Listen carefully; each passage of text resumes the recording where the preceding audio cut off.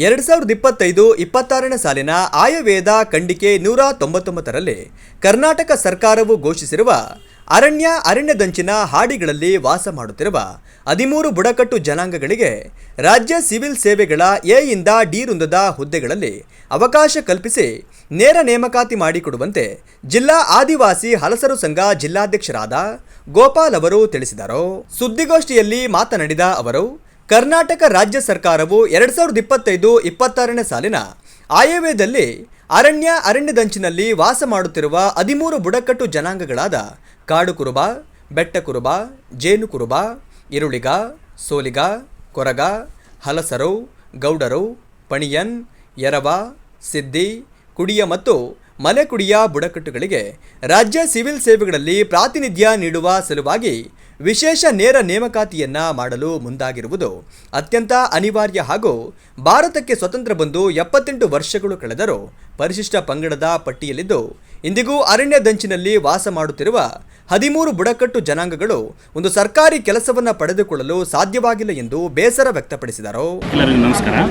ನಾನು ಚಿಕ್ಕಮಗಳೂರು ಜಿಲ್ಲಾ ಆದಿವಾಸಿ ಹಲಸರು ಸಂಘದ ಅಧ್ಯಕ್ಷನಾಗಿದ್ದೇನೆ. ನನ್ನ ಹೆಸರು ಗೋಪಾಲ್ ಅಂತೇಳಿ.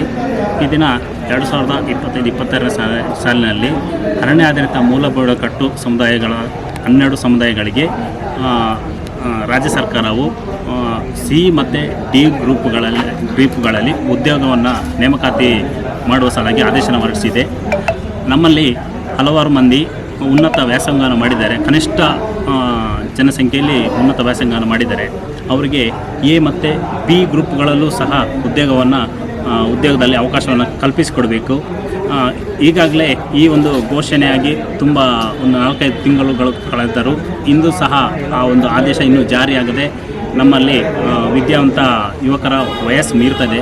ಆದಷ್ಟು ಬೇಗ ಅವರಿಗೆ ಒಂದು ಉದ್ಯೋಗಕ್ಕೆ ನೇಮಕಾತಿ ಮಾಡಿಕೊಳ್ಬೇಕು. ಅದೇ ರೀತಿಯಲ್ಲಿ ನಮ್ಮ ಒಂದು ಈ ಸಮುದಾಯಗಳ ಒಂದು ಏಳಿಗೆಗೆ ಈ ಒಂದು ಸರ್ಕಾರದ ಒಂದು ಅವಕಾಶ ಮಾಡಿಕೊಟ್ಟಲ್ಲಿ ಅವರು ತಮ್ಮ ಜೀವನ ನಿರ್ವಹಣೆಗಾಗಿ ಉತ್ತಮವಾಗಿ ಅನುಕೂಲವಾಗುತ್ತೆ ಅಂತ ಹೇಳ್ತಿದ್ದೀನಿ.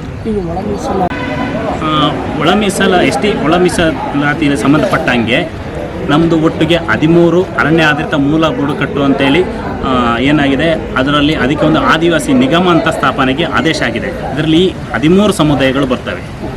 ಹಾಗಾಗಿಬಿಟ್ಟು ನಮಗೆ ಈ ಒಳ ಮೀಸಲಾತಿ ನಮ್ಮಲ್ಲಿ ಅದು ತಂದಾಗ ನಮ್ಮ ಈ 13 ಸಮುದಾಯಗಳಿಗೆ ತುಂಬ ಸಮಸ್ಯೆ ಆಗುತ್ತೆ. ಯಾಕಂತ ಹೇಳಿದ್ರೆ ನಾವು ಅರಣ್ಯದಂಚಿನಲ್ಲಿ ವಾಸ ಮಾಡುವಂಥವ್ರು 4-5 ಕಿಲೋಮೀಟ್ರು ದೂರ ಶಾಲೆಗೆ ಹೋಗಿ ವ್ಯಾಸಂಗ ಮಾಡಿರುವಂಥದ್ದು. ಅವರ ಅಂಕಗಳು ಕಡಿಮೆ ಇರ್ತವೆ. ಅವರು ಬಾಕಿ ವಿದ್ಯಾರ್ಥಿಗಳಿಗೆ ಪೈಪೋಟಿ ಮಾಡಿ ಅತಿ ಹೆಚ್ಚು ಅಂಕ ಪಡೀಲಿಕ್ಕೆ ಸಾಧ್ಯ ಆಗಲ್ಲ. ಆದ್ದರಿಂದ ಈ ಎಲ್ಲ ವಿಷಯಗಳನ್ನು ಮನಗಂಡು 13 ಅರಣ್ಯಾಧಾರಿತ 13 ಸಮುದಾಯಗಳನ್ನು ಒಟ್ಟುಗೂಡಿಸಿ ಒಂದು ಆದಿವಾಸಿ ನಿಗಮನ ಸ್ಥಾಪನೆ ಮಾಡಿದರೆ ಈ ಒಂದು 13 ಗುಂಪನ್ನು ಒಂದು ರಚನೆ ಮಾಡಿದರೆ. ಹಾಗಾಗಿಬಿಟ್ಟು ಈ ಖಂಡಿಕೆ ಬಜೆಟ್ನ 199 ಖಂಡಿಕೆಯಲ್ಲಿ ಈ 13 ಸಮುದಾಯ ನಾವು ಮಾತ್ರ ಒಂದು ಪರಿಗಣನೆ ತೆಗೆದುಕೊಂಡಿರೋದ್ರಿಂದ ನಮಗೊಂದು ಅನುಕೂಲವಾಗಿದೆ. ಆನಂದ್, ರಮೇಶ್, ಯಾದವ್, ರಮೇಶ್ ಉಪಸ್ಥಿತರಿದ್ದರು.